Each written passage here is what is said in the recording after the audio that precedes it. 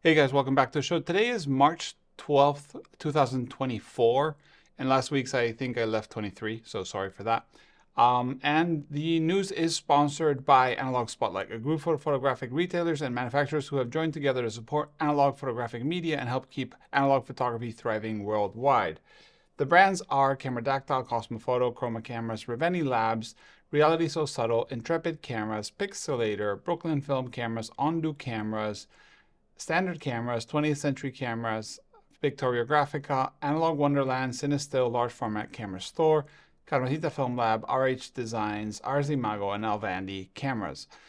So thanks to them, the news continue. And some Patreons that also support. Thank you for Patreons and your time and patience with me taking breaks. First of all, there's been a lot of concerns about my camera here on the corner. And I want to address that this camera is not mine. It was sold to a customer, and sadly, it looks like a forklift got to it before the customer. So it was driven over a forklift, and surprisingly, it has held together. So I kind of like the reminder of tough things, things that are built tough kind of can take a beating and still be together. Kind of a bit of a life motto. But let's get to the news this week. We have a bit of a weird news that I would love somebody to read for dummies for me, which is Kodak's pension fund statement. So Kodak Rochester has made a sort of statement that they have a pension fund that has too much money for what it should need. It has too much, I think $1.2 billion. Remember, US billions are way less than European billions. And they seem to have fired the people that manage the investment fund and that they're going to be doing it themselves. I don't understand anything of this. Maybe they have this money to be available for current shareholders or for current production. I don't understand, but it's interesting. I think it's worth mentioning, considering that Kodak has gone through lots of things, and this is not the pension fund that has the Laris. It's a different one. It's the US one. I don't know. You want to read into it, let me know in the comments below. I'll be very grateful. Talking about new things and interesting things, Lomography last week. Lomography announces things on Wednesdays, so it always breaks with the news that I do on Tuesdays. Lomography has announced a Lomo-matic 110 camera. And in classic Lomography, nobody really expected this. It's not really the camera that everybody's been waiting for. But I have to say it's very impressive in specs, very being within Lomography's gamma of cameras. It has a glass lens, it has an automatic aperture, it has presets for focus, and I think you can choose aperture. I might be mistaken there. Haven't made notes exactly what it has. But the price is especially good at 140 to 150 US dollars to euros, give or take. And it reloads and advances when you close it and open it like the classic 110 cameras, and it looks very retro and cool. It's kind of a bit more chunky than it seems, at least one of the photos they have on their website. The camera's like the size of somebody's face, which looks like almost like meta goggles, but like from Lomography. But it is very cool to see. And from the results I've seen, at least from In an Instant video from Ben, it looks sharp. So that's pretty cool to see a 110, because actually film photography has always been like the limiting many times hasn't been so much the medium, but it's been the lenses. And a 110 camera with a very, very small frame format. Somebody said the other day is like micro four thirds size. Don't quote me on that. That is kind of sharp. It's kind of cool. But yeah, if you are interested in it, I'll leave a link below. I think it's kind of cool, honestly. And it would be probably the first Lomography camera I've been interested in purchasing, even though I have no need to shoot 110 and try to develop that. Then somebody sent me news about Stoverink film cases. These seem to be walnut premium film cases. So if you are into some wood feel in your film vibes, you can go ahead and check them out. They have them at Cinestill. The price, I hope, is correct, but they go for quite a bit. They also have a magnetic bottle opener, which I think is kind of cool for canisters in the darkroom. If you've never noticed, film openers and beer openers are basically common. I don't think that was a mistake from whoever designed 35mm canisters. I think that was on purpose. But you can check the link below.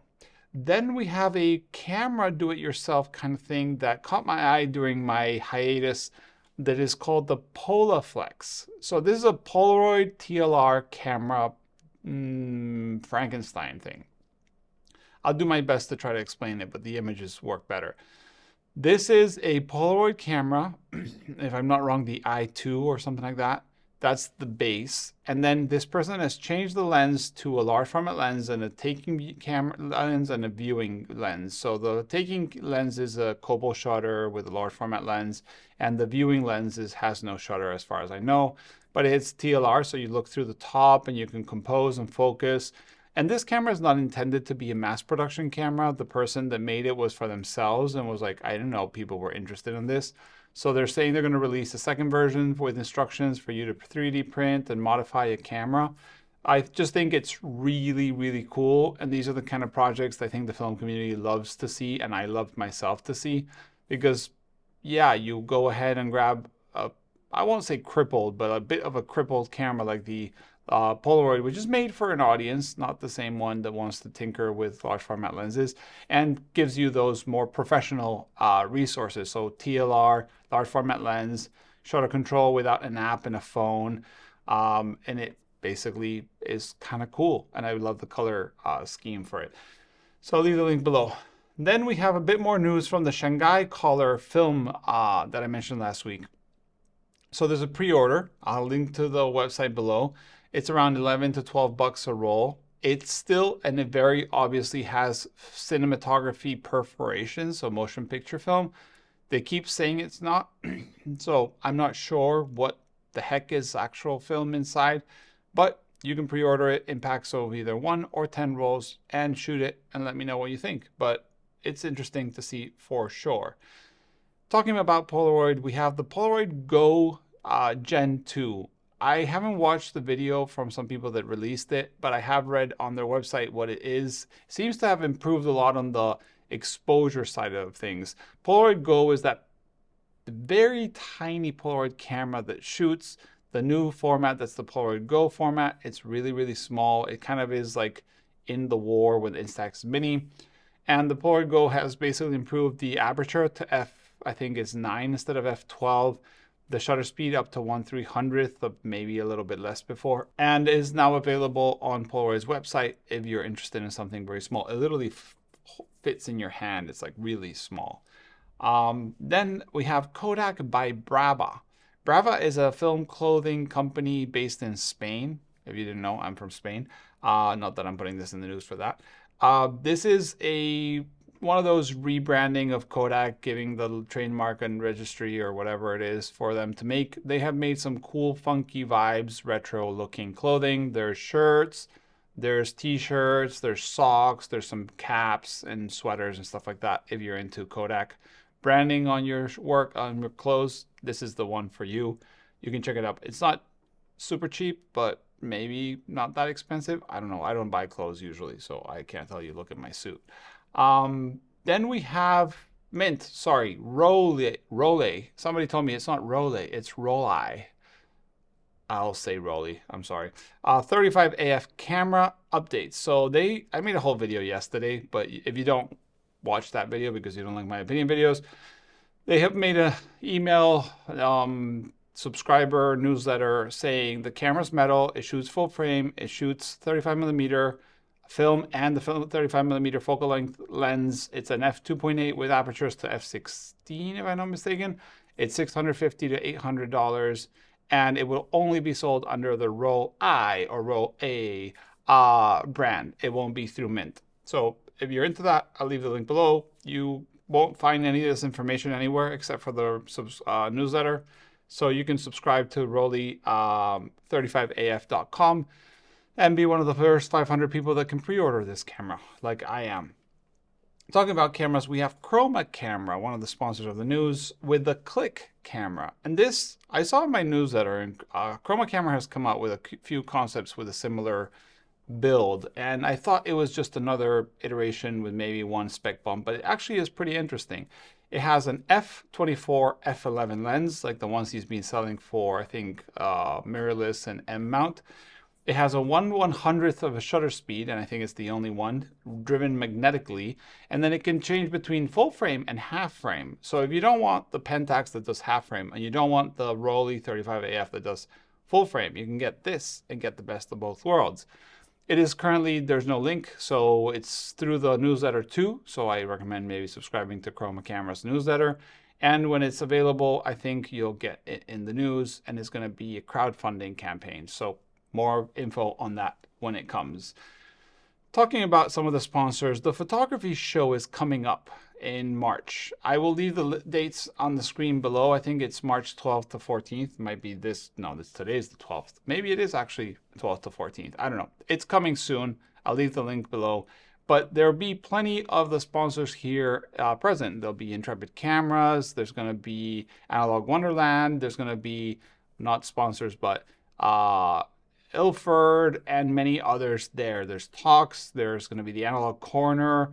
And it's going to be pretty cool. Analogue Spotlight. That's where the sponsorship actually comes from, if you didn't know. But I recommend going and having a look if you are in the UK and you can pop by.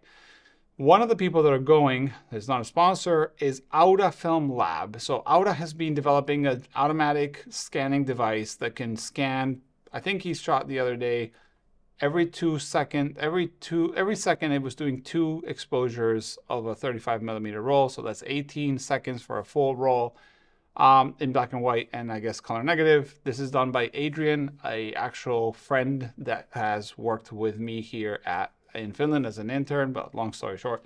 But it's cool. It's a professional scanner that is being developed in France.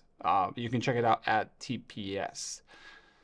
Then we have sad news. Tetenal, who's been kind of like bumping one way or another from the bankruptcy in 2018 to the repurchase, to the launch, to the maybe launch, to the tablets, to the this, has officially filed for bankruptcy for like, I don't know, 3rd time, something like that.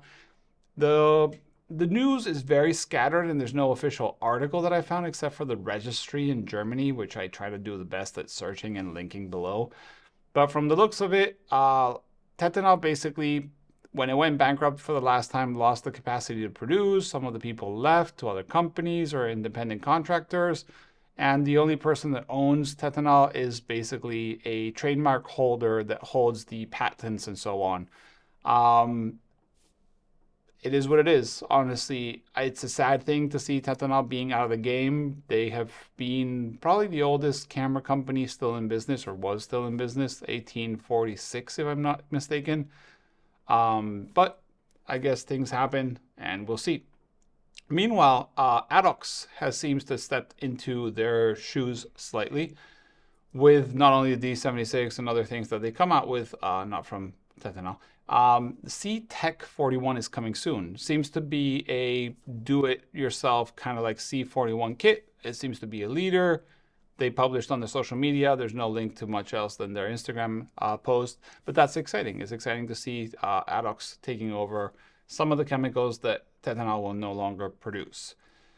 Then we have Kodak chemistry. Quite a lot of people asked me from the last news, what happened to Kodak? I've started to see what was it? Oh, D76 back in stock in the US and so on. So yes, PSI or PSY has repurchased or trademarked or come to an agreement with Kodak, seen a promise, whatever happened there, to continue or relaunch Kodak chemistry, mostly black and white, and then C-41, maybe E6 or RA4. And this is very interesting because if you go to the website kodak.photosys.com, it looks like a Kodak website, but then the shop has Jobo products and Kodak products, and it almost looks like a Cinestill website. And if you go to the About Us, it says that PSI has been working with Cinestill for years, producing some of the chemicals they make and so on and so forth. But even better, if you go to the logo and you click inspect on a navigator, a computer browser, or internet browser, sorry for that, it actually says the logo is Cinestill image. So I guess Cinestill is behind this, which either way is good news to see Kodak chemistry back in stock. I don't mind who is making it. Cinestill is sponsor of the show. And it's good to see that even if it continues with maybe 2 trademarks, the Cinestill ones and not, and this is my conjecture, like I said, I just investigated for like 15 to 20 seconds on the website. It seemed oddly familiar, and seeing the About Us and the collaboration between PSI and Cinestill and then the logo, whatever. But Kodak chemistry will be, I guess, back in stock soon through the US and maybe some other places in the world. I think that's a really good news. D76, Xtol, all the chemistry has been very, very famous and very, very loved by lots of photographers, including myself. HC110 is one of them. And I can't wait to see it back in stock, hopefully everywhere. Then we have an app, the Filmomat Smartconvert app. Filmomat created a converting software for the computer, desktop, and now they made an app so you can preview your negatives and stuff like that. You can check it, the link below. I haven't seen it because it's payment only. I think it's $9.99. But if you enter something with your phone, you can check it out. It's there now. And last but not least, we have Panomicron with the anamorphic adapter. This was in the news a while ago because Panomicron created an anamorphic adapter to put on a lens. So when you're shooting 35mm, it's shrinking the image or compressing the image to create a anamorphic negative and then or positive. And then when you scan it, you can stretch it into being anamorphic. So basically it's like a fake expand in a way. So you can compress into your 36 by 24. And then when you scan, you can de-squeeze, like they call in the lingo, and make kind of like an anamorphic negative out of your 35mm camera. He has been shooting it on a rangefinder with a 35mm. He's got a whole video, which is really cool. He talks about terms that I'll never understand. So it's very interesting, and he's making it available to people. So not only can you make it yourself with some information from him, but also you can purchase it from him. He's making a run of 100 units, 50 by PPP Repairs and 50 by Panomicron himself. And yours truly is getting one very soon.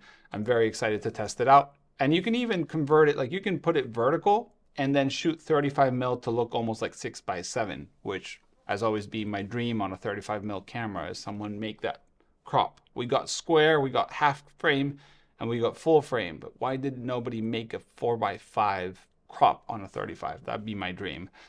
But yeah, this is very cool. I'll leave the link below. Like I said, the first 100, or I guess the only 100 might be getting done now. Mine is almost ready to be shipped, so I'll be testing it here on YouTube. As always, if I left anything out, please send an email to the email below. Thanks to everybody, the sponsors, the Patreons, everybody that supports the show. I'm happy to be back on the news trend, and I hope to be here for a long time. There's lots to report about. See you in the next one.